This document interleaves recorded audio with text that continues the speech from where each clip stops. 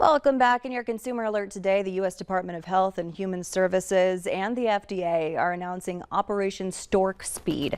The goal is to make sure families have more options for safe, reliable, and nutritious infant formula. The announcement comes as Consumer Reports releases a new investigation finding potentially harmful levels of heavy metals in some infant formulas.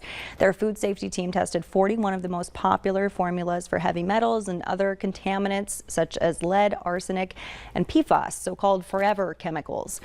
Most products were in their top or good categories. 10 were in the worst categories for relatively higher levels.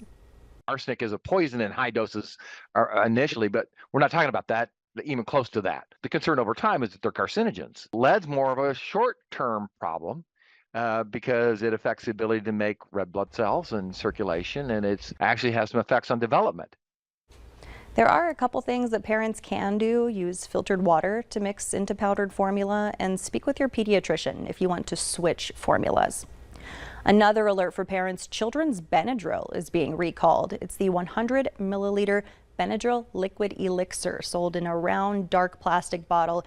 It was sold on Amazon from July of 2023 through October of 2024 for between $16 and $19. Only the bottle is being recalled, not the medicine itself. But the company says if you have that medicine, immediately secure it out of reach of children and contact them for a full refund. Elon Musk's car company needs to make some repairs. 46,000 Tesla Cybertrucks are being recalled. The National Highway Traffic Safety Administration says the exterior trim panel can detach, fall off the truck.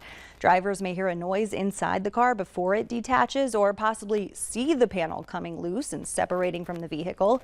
The recall is for Cybertrucks built between November 2023 and last month. Owners can have the rail assembly repaired for free. This is Tesla's third recall of 2025.